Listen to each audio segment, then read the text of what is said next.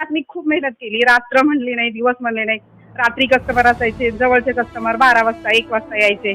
Madam म्हणे तुमचा दिवसा वेळ पुरत नाहीये, तर आम्ही 11 वाजता येतो, 12 वाजता येतो. मग अशा वेळी माझी मैत्रीण प्रियाताई होणाळे, त्या माझ्या सोबतीला राहायच्या. तुम्ही एकटी म्हणजे तिसऱ्या मजल्यावर घर होतं आणि खाली माझं पार्लर होतं. तर रात्री एकट्या थांबण्यात म्हणून त्या पण माझ्या सोबतीला राहायच्या. जेव्हा फीस द्यायची, फीस देण्यासाठी पैसे नव्हते किंवा माझ्याकडे पुरेसं साधन घेण्यासाठी पण माझ्याकडे पैसे नव्हते. पण माझी इच्छाशक्ती खूप प्रबळ असल्यामुळे आणि येणारी परिस्थिती खूप कठीण असल्यामुळं मला असं वाटायचं की काहीही करून मला ह्या परिस्थितीतून पुढे जायचंय आणि ह्यासाठी मी काही करायला तयार आहे.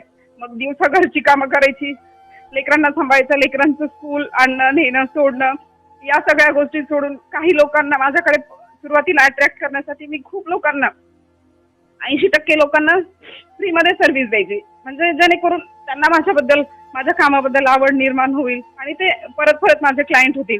अगदी अल्पशा दरामध्ये मी सुरुवात केली. समाजामधून स्त्रियांकडे बघत असताना असा जर कुठला जर व्यवसाय जर सुरू केला, आता हे एका दृष्टीने जर बघितलं, जसे पुरुष मंडळी असतात केश कर्तनालय असते, त्याच पद्धतीचा हा महिलांचा व्यवसाय आहे. परंतु समाज सुद्धा याकडे वेगळ्या दृष्टीने असं बघतो. काय वाटते तुम्हाला आणि त्यांना काय सांगाल?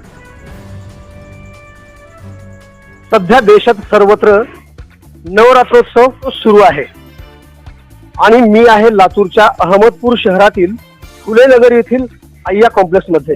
तुम्ही माझ्या पाठीमागे बघू शकता, या ठिकाणी दुर्गा देवीची स्थापना करण्यात आलेली आहे आणि माझ्या डाव्या बाजूला जे आहे हे अय्या कॉम्प्लेक्स, आणि याच कॉम्प्लेक्स मध्ये यशस्वी नारी, त्यांचं नाव आहे रेखा पांचाळ.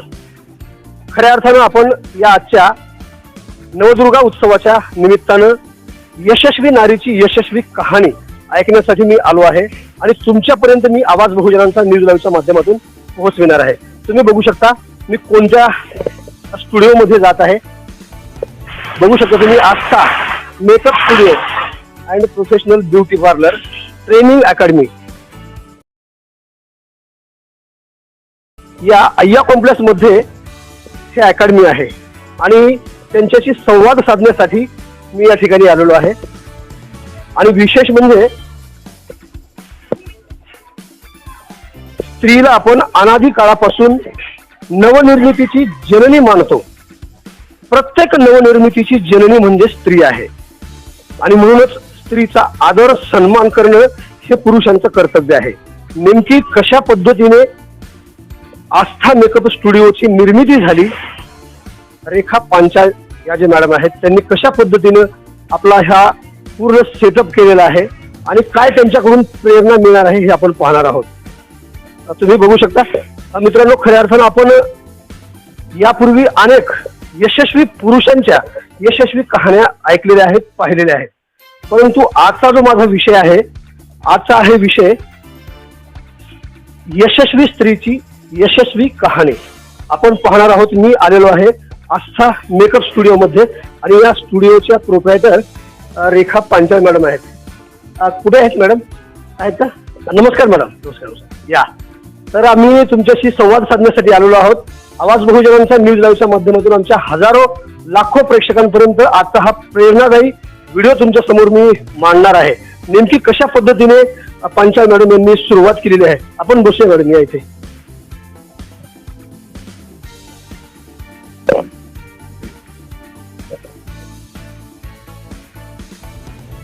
सर्वप्रथम आमच्या प्रेक्षक मंडळींचं आवाज बहुजनांचा न्यूज लाईव्ह मध्ये हार्दिक हार्दिक स्वागत आहे. मंडळी, सर्वत्र अर्थात देशभरामध्ये नवरात्रोत्सव मोठ्या उत्साहामध्ये सुरू आहे आणि याच पार्श्वभूमीवर मी या दुर्गा मातेचा अर्थात स्त्री शक्तीचा सन्मान करण्यासाठी आणि त्यांचा आदर आणि त्यांच्याकडून आपल्याला काय प्रेरणा मिळते हे पाहण्यासाठी आज मी अहमदपूर शहरातील अय्या कॉम्प्लेक्स येथील 3ऱ्या मजल्यावरील रेखा पांचाळ यांचं आस्था मेकअप स्टुडिओ या ठिकाणी आलो आहे. पुन्हा एकदा तुमचं स्वागत आहे आवाज बहुजनांच्या निर्णयामध्ये. तुमचा पूर्ण अगोदर मला परिचय द्या. माझं नाव रेखा माधव पांचाळ. मी अहमदपूरमध्येच राहते. माझे मिस्टर एसटी डिपार्टमेंटमध्ये कंडक्टर आहेत. मागच्या 19 वर्षापासून मी या क्षेत्रामध्ये आहे. आता मला सांगा, इथपर्यंत कशा पद्धतीने पोहोचलो? मला आवडेल की तुमचं बालपण कुठे, तुमचा जन्म कुठे झालेला आहे आणि बालपण कुठे गेलं हे मला ऐकायला आवडेल. माझा जन्म सेरामध्ये झालेला आहे. एक छोटंसं खेडगाव आहे आणि माझ्या वडिलांचं मूळचं गाव जे सेरा आहे तिथंच माझं 2-3 वर्षाचं बालपण तिथंच गेलं. त्यानंतर माझे वडील सर्व्हिसला निलंग्याला असल्यामुळे 4थी पर्यंत माझं शिक्षण तिथंच झालेलं आहे. त्यानंतर 1994ला माझ्या वडिलांची ट्रान्सफर झालेली आणि त्यानंतर माझे वडील जळकोटला आले होते आणि बाकीचं जे शिक्षण आहे 5वी ते 10वी पर्यंत माझं हे जळकोटमध्ये झालेलं आहे. तर शाळेत असताना मला सगळ्याच गोष्टींची आवड होती. अभ्यासातही मी बऱ्यापैकी होते. शिकण्याची आवड तर होतीच आणि त्याचबरोबर माझे वडील किंवा माझा जो जन्मसिद्ध वारसा जो आहे, मी आहे सुतार समाजाची आणि सुतार म्हटल्यानंतर क्रिएटिव्हिटी प्रत्येकातच असतेच. तसंच माझे आजोबा एक गावठीपणाने सुतारकी करायचे. त्यानंतर माझे वडील टीचर होते, पण ते ड्रॉइंग टीचर म्हणून आहेत. माझे वडील ATDचे टीचर म्हणून आहेत आणि त्यामुळे मला लहानपणापासून रंगासोबत खेळण्याची आवड होती आणि आता तेच माझं करिअर बनलेलं आहे, रंगासोबत खेळणं हेच. पण त्याच्याही आधी माझी काही स्वप्न होती, माझं एज्युकेशन होतं. पण काही कारणामुळे थोडंसं लवकर लग्न झाल्यामुळे माझं शिक्षण तिथेच थांबलं आणि जीवनाला एक वेगळी दिशा निर्माण झाली आणि त्यानंतर 98 मध्ये माझं लग्न झालं. 2000 मध्ये 98ला माझे मिस्टर पुण्याला जॉबला होते टेल्को कंपनीमध्ये. त्यानंतर पुणे हे त्यावेळी 98च्या काळामध्ये गावापासून फार लांब वाटायचं, त्यामुळे माझ्या मिस्टरांनी जॉब सोडला आणि अहमदपूर येथे SC डिपार्टमेंटमध्ये कंडक्टर म्हणून जॉईन झाले. ज्यावेळी माझे मिस्टर जॉईन झाले 2001-2 मध्ये, त्यावेळेला एक ST महामंडळाचा नवीन रूल्स निघाला की कंत्राटी पद्धत, म्हणजे जे आधी भरपूर प्रमाणात पेमेंट होतं, गव्हर्नमेंट म्हणून समजलं जातं, त्या क्षेत्रामध्ये नेमकं माझे मिस्टर जॉईन झाल्यानंतर त्यांना एक पेमेंटचा जो हे आहे तो कमी झाला आणि मग आता घरी काय होतं की जो येणारा खर्च आहे, येणारा पेमेंट आहे, तर तो पुरेसा नव्हता आणि लहानपणापासून माझ्यामध्ये स्वाभिमान होता आणि आताही मला म्हणजे स्वाभिमानानेच राहायला आवडतं. मग मला असं वाटायचं की आपल्याला कुठली तरी दिशा पाहिजे, आपण काहीतरी केलं पाहिजे, घराच्या बाहेर पडलं पाहिजे, कारण एकाच पेमेंटमध्ये काही सगळं होत नाहीये खर्च. मग त्यामुळे मी बरेच प्रयत्न केले. मी आधी शोभेच्या वस्तू बनवायची आणि त्या सेल करायची किंवा कधी कधी बनवून फक्त त्याचे चार्जेस घ्यायची, म्हणजे जसे असतात दरवाजावरचे पडदे असतात किंवा विणकाम असेल, अशा बऱ्याच गोष्टी केल्या. त्यातूनही माझं इन्कम मला पुरेसं होत नव्हतं. त्याच्यानंतर मी काही छोट्या मोठ्या स्कूलवरती जॉब पण केले, पण त्यावेळी मला एक मुलगा झालेला होता. मग असं घरचा खर्च, मुलगा सांभाळणं आणि तेवढा वेळ त्या जॉबसाठी देणं मला पण असं वाटत होतं की ते वर्क होत नाहीये. मग त्यानंतर मी माझ्या एका मैत्रिणीने सल्ला दिला, अगं तुला एवढी सगळी आवड आहे, एवढं सगळं तुला जमतंय, तर मग तू ह्याच आवडीला क्षेत्र का नाही, आवडीचं म्हणजे प्रोफेशन का नाही बनवत. आणि मग मी माझ्या समोर एक पार्लर होतं, सखी पार्लर म्हणून, सविता मोरे यांचं. मग त्यांच्याकडे मी बेसिक कोर्स करायला गेली आणि त्यांच्याकडे बेसिक नॉलेज घेतलं आणि त्यानंतर मला हळूहळू सगळ्यांकडनं प्रतिसाद आला आणि हळूहळू ह्या क्षेत्रामध्ये मी बरंच काही करत गेले. आवड निर्माण झाली, परत त्यातनं पैसे मिळू लागले, माझा जो व्यवहार आहे तो व्यवस्थित होऊ लागला आणि मलाही ह्या गोष्टीमध्ये तोपर्यंत तर आता प्रोफेशनल होण्याची आवड, आधी गरज म्हणून केल्यानंतर आवड निर्माण झाली, त्याच्यानंतर आता प्रोफेशन बनलं आणि आता वाटतंय नॅशनल, इंटरनॅशनल अशा प्रत्येक गोष्टीचा स्तर पार करत करत करत या क्षेत्रामध्ये खूप काही आहे पोहोचण्यासारखं आणि त्या शेवटच्या टोकापर्यंत मला पोहोचायचंय. आणि हे एवढं मात्र आहे, यात मी खूप मेहनत केली, रात्र म्हणली नाही, दिवस म्हणले नाही. रात्री कस्टमर असायचे, जवळचे कस्टमर 12 वाजता 1 वाजता यायचे. मॅडम म्हणे तुमचा दिवसा वेळ पुरत नाहीये, तर आम्ही 11 वाजता येतो, 12 वाजता येतो. मग अशा वेळी माझी मैत्रीण प्रियाताई होणाळे त्या माझ्या सोबतीला राहायच्या. तुम्ही एकटी म्हणजे 3ऱ्या मजल्यावर घर होतं आणि खाली माझं पार्लर होतं, तर रात्री एकट्या थांबण्यात म्हणून त्या पण माझ्या सोबतीला राहायच्या. असा माझा आरतीताई गादेवार प्रत्येक वेळी म्हणजे मला अजून पण सपोर्ट करत असतात की तुम्ही हे असं करा, ते असं करा. आणि त्या संकल्पनेतून मी माझं आधी छोटंसं पार्लर होतं 2005 मध्ये. जेव्हा मी माझ्या पार्लरची सुरुवात केली तेव्हा सेकंड हँड चेअर आणि मिरर पासून सुरुवात केली. सुरुवात माझी खूप कठीण होती आणि तेवढी संघर्षाची होती. त्यावेळी मला जेव्हा फीस देण्यासाठी पैसे नव्हते किंवा माझ्याकडे पुरेसं साधन घेण्यासाठी पण माझ्याकडे पैसे नव्हते, पण माझी इच्छाशक्ती खूप प्रबळ असल्यामुळे आणि येणारी परिस्थिती खूप कठीण असल्यामुळं मला असं वाटायचं की काही करून मला ह्या परिस्थितीतून पुढे जायचंय आणि ह्यासाठी मी काही करायला तयार आहे. मग दिवसा घरची कामं करायची, लेकरांना सांभाळायचं, लेकरांचं स्कूल आणणं, नेणं, सोडणं, या सगळ्या गोष्टी सोडून काही लोकांना माझ्याकडे सुरुवातीला अट्रॅक्ट करण्यासाठी मी खूप लोकांना 80% लोकांना फ्रीमध्ये सर्व्हिस द्यायची, म्हणजे जेणेकरून त्यांना माझ्याबद्दल माझ्या कामाबद्दल आवड निर्माण होईल आणि ते परत परत माझे क्लायंट होतील. अगदी अल्पशा दरामध्ये मी सुरुवात केली. थ्रेडिंगला बाहेर 20 रुपये होते तेव्हा मी 5 रुपयामध्ये सुद्धा थ्रेडिंग केली आणि आज मेहनतीचं फळ मला भेटलंय, त्याचं खूप समाधान आहे. पण संघर्ष खूप केलाय एवढं म्हणून. मंडळी, खऱ्या अर्थानं जर बघितलं आपण तर आम्ही या विशेष मुलाखतीला नाव दिलेलं आहे की यशस्वी स्त्रीची यशस्वी कहाणी. आणि शून्यातून विश्व निर्माण करणाऱ्या आज या रेखा पांचाळ माझ्या सोबत जे आहेत, नक्कीच तुम्हाला सुद्धा ही बातमी प्रेरणादायी ठरणार आहे. आता खूप अवघड वाटण्यासारखा आहे तुमचा विषय. मला सांगा, वडिलांची काय परिस्थिती होती ज्यावेळेस तुम्ही माहेर घरी असताना? कशा पद्धतीने तुम्हाला कुटुंबियांचं सहकार्य लाभलं? वडील माझे शिक्षक होते, त्यामुळे लहानपण खूप चांगलं गेलं आणि सगळं काही कळण्याआधी किंवा परिपक्व होण्याआधी माझं लग्न झालं. त्याच्यामुळे बालपण, जोपर्यंत लग्न झालं तोपर्यंत मी बालपणच एन्जॉय केलं.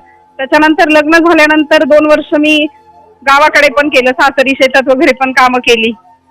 कारण एसटी डिपार्टमेंटमध्ये माझे मिस्टर असताना सुरुवातीला वाटायचं की पेमेंट पुरेसं होतं की नाही होतं. मग सुरुवातीला थोडे दिवस गावाकडे राहणं, गावाकडे शेतात कामं करणं, ही सगळी कामं केली.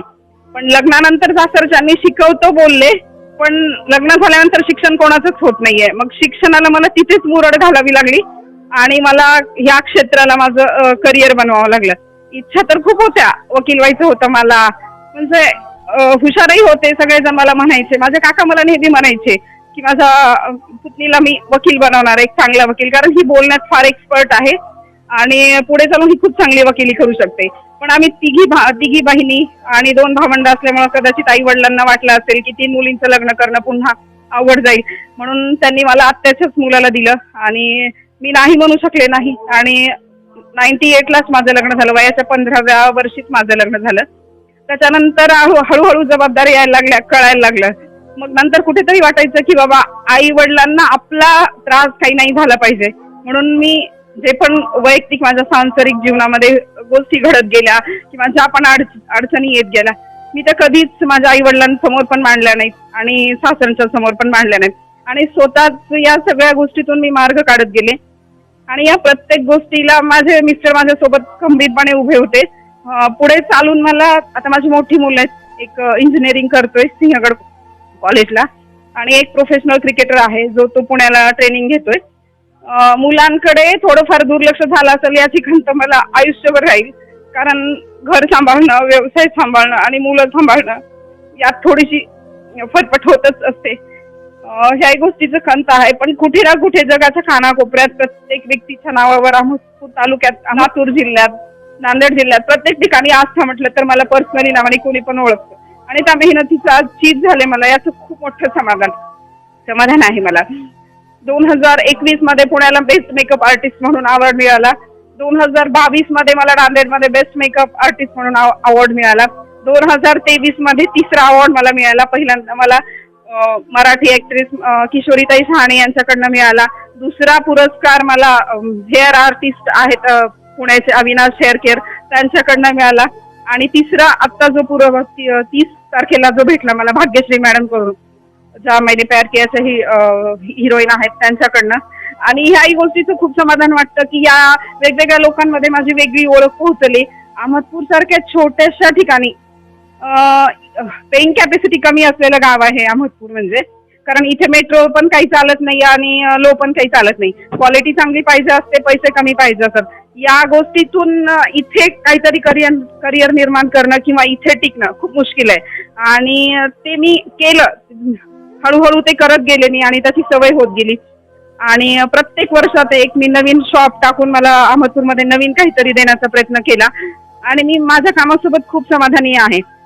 2017-18ला मी गव्हर्नमेंटचे कोर्सेस घ्यायची आणि त्या कोर्सेसमध्ये मी 180 ते 190 मुलींना मी स्वतःच्या पायावरती थांबवलं फ्री, म्हणजे 1ही रुपये न घेता, कारण शासनाकडून मला यायचं त्याचं अनुदान, पण मुलींकडनं 1ही रुपये न घेता मी त्यांना शिकवले आणि असं माझं प्रोफेशनल आतापर्यंत 100हून अधिक मुलींना मी सक्षम बनवलेलं आहे. आता सध्या माझ्याकडे एकूण 4 शॉपमध्ये 8 मुली परमनंट जॉब करतात आणि त्यांना आणि बऱ्याच मुलींना मी प्रशिक्षणही देत असते सोबत. समाजसेवेची आवड तर खूप आहे. जेवढं जमेल मला माझ्या वेळेतून जसं होईल तसं परिवार, समाज, बिझनेस या सगळ्या गोष्टींची सांगड घालत घालत जेवढं जमेल तेवढं मी करण्याचा प्रयत्न करते. शून्यातून विश्वनिर्मिती केल्यानंतर रेखाताई पांचाळ यांनी जे आपलं विश्व निर्माण केलेलं आहे आणि त्यातूनच त्यांनी अनेक महिलांना सुद्धा स्वतःच्या पायावरती उभारण्याचं बळ दिलंय. आता काही महत्वाच्या मुद्द्यावरती आपण येऊया. मला सांगा, समाजामधून स्त्रियांकडे बघत असताना असा जर कुठला जर व्यवसाय जर सुरू केला, आता हे एका दृष्टीने जर बघितलं, जसे पुरुष मंडळी असतात केश कर्तन आले असतं, त्याच पद्धतीचा हा महिलांचा व्यवसाय आहे. परंतु समाज सुद्धा याकडे वेगळ्या दृष्टीने असं बघतो का, काय वाटतं तुम्हाला आणि त्यांना काय सांगाल? खरं सांगायचं झालं तर सुरुवातीला खूप अडचणी आल्या. माझ्या वडिलांकडे तर आई वडिलांकडून तर नकारच होता, कारण हा बिझनेस जो आहे नाव्याचा आहे आणि तू काय करतेस, हे करिअर सोडून असंख्य साऱ्या गोष्टी आहेत जगात, तू ते करू शकतेस असं त्यांचं म्हणणं होतं. आणि सासरचे लोक थोडेसे अनपढ असल्यामुळे त्यांना तर गावातल्या चक्क एका माणसाने सांगितलं की तुमची सून, म्हणजे तो माणूस नाव्याचा होता, तुमची सून आमचाच धंदा करते म्हणे, म्हणजे अशा शब्दात त्यांनी बोलले. अक्षरशः आजही मला जेव्हा मी कधी सासरी जाते, जेव्हा 2 दिवस 4 दिवस जेव्हा सासरी जाते, तेव्हा माझी नजर खालीच असते की म्हणजे इथे लोकांचा समज, अजून असुशिक्षित लोक आहेत तिकडे. एवढा म्हणजे माझं सासर हिमायतनगर आहे, प्रॉपर हिमायतनगर जवळ एक छोटंसं गाव आहे पराठी म्हणून. तर त्या गावामध्ये अजूनही सुशिक्षितपणा नाहीये. आदिवासी लोक राहतात तिथे आणि 500 घरांचं गाव आहे ते. तर तिथे अजूनही लोक ही केस कापते वगैरे अशा नजरेने पाहतात. मग त्यामुळे कधी तिथे गेले तर मला मनात एक असं वाटतं की बाबा आपण काहीतरी चुकीचं करतोय, म्हणून मला असं तिथे फील होतं. आणि इकडेही जेव्हा आपण काम करतो, प्रतिष्ठित लोकांच्या लग्नामध्ये जातो, प्रतिष्ठित लोकांच्या बायकांचं आपण काही काम करतो, काही बायका घरी जाऊन सांगत असतील की ही पार्लरवाली असं तसं, आणि मग त्यावेळी लोकांचा पाहण्याचा दृष्टिकोन, अगदी ब्युटिशियन कडे पाहण्याचा दृष्टिकोन तर फार निगेटिव्ह आहे. निगेटिव्ह तर आहेच आहे, पण वाईट दृष्टीने पाहतात. जेव्हा एक ब्युटिशियन स्वतःला अपडेट ठेवण्यासाठी नेहमी ऍक्टिव्ह राहण्याचा प्रयत्न करते किंवा नेहमी छान राहण्याचा प्रयत्न करते, लोकांना काय वाटते की म्हणजे तयार होऊन लोकांना इम्प्रेस करण्यासाठी वगैरे असं करते, किंवा मग कम्पेअर करतात की घरची फॅमिली अशी, मग घर असतं तिचं, ह्या सगळ्या गोष्टी. आणि काय आहे तर पार्लरवाली आहे. जगात ह्या ब्युटिशियन क्षेत्रामध्ये, ब्युटी क्षेत्रामध्ये डर्मॅटॉलॉजिस्ट जेवढं काम करतात त्यापेक्षा जास्त ब्युटिशियन काम करते आणि त्यापेक्षा कमी दरात लोकांना सर्व्हिस देते. हे लोकांना कळत नाहीये. फक्त लोकांना एवढं कळतं की केस कापते, हे करते, ते करते. अशा खूप साऱ्या गोष्टींचा प्रश्नाला सामोरे जावं लागतं, नजरांना सामोरे जावं लागतं. अक्षरशः आपण जेव्हा बॅग घेऊन, मेकअपची व्हॅनिटी बॅग ओढत जेव्हा एखाद्याच्या लग्नामध्ये जातो तर सगळे लोक आपल्याकडे बघत असतात. ज्यावेळी एखादी ब्युटिशियन सिंपल राहते तेव्हा लोकांचा प्रश्न असतो की ही स्वतःच एवढी अशी आहे वेडपटासारखी, तर हिच्याकडे काय म्हणून जायचं. जेव्हा एखादी ब्युटिशियन स्टँडर्ड राहते तेव्हा म्हणतात ही लईच ओव्हर स्टँडर्ड मध्ये आहे, फारच ॲटिट्यूड आहे. म्हणजे ब्युटिशियनला काय असतं की घरचं काम सगळं आवरा, लोकांना सांभाळा, कस्टमरला सांभाळा आणि कस्टमरची मनं पण सांभाळा. एखाद्या वेळेस जेव्हा आपण म्हणतो की आपण ज्या एका क्षेत्रामध्ये काम करायचं असतं, लोकांचं म्हणणं असतं जे उच्च भ्रू समाजातले लोक असतात त्यांचा पाहण्याचा दृष्टिकोन म्हणजे जसं एक न्हावी घरी येऊन कटिंग करतो तशी ब्युटिशियन घरी येऊन सगळं करते. पण आता अजिबात असं राहिले नाही. हे क्षेत्र एवढं मोठ्या स्तरावर काम करते. इथे आपण अहमदपूर सारख्या शहरात राहतो म्हणून इथे नाहीये, पण आपण जेव्हा बाहेर जाऊ ना तर एवढंच मोठं जग आहे. याच्यामध्ये असंख्य अशा गोष्टी आहेत की करोडो रुपये आपण मंथली कमवू शकतो. वेगवेगळे सेमिनार मी त्या दिशेने चालले, पण मी राहते छोट्या गावामध्ये. गावातून तर प्रतिसाद मला भेटत नाहीये, पण मी नांदेड सारख्या सिटीमध्ये, लातूर सारख्या, वसमत, हिंगोली, बाळापूर अशा वेगवेगळ्या शहरात जाऊन सेमिनार्स घेणं, प्रोग्राम्स ऑर्गनाईज करणं, मोठ्या मोठ्या आर्टिस्टला ऑर्गनाईज करणं, वेगवेगळ्या कॉम्पिटिशन मध्ये भाग घेणं, हे सगळं मी आता पण करते. कारण मी विचार करत नाही. काही काळापर्यंत मी विचार करायचे की समाज काय म्हणतो, पण समाज आपल्याला फक्त बोलायला येतो, आपल्या घरी काय कमी पडलं तर देत नाहीये, बरोबर. त्याचा विचार आपल्याला करावा लागतो. आणि मला माझं स्वतःचं एक स्वप्न आहे की मला एका चांगल्या लेवलवर नेऊन थांबायचंय.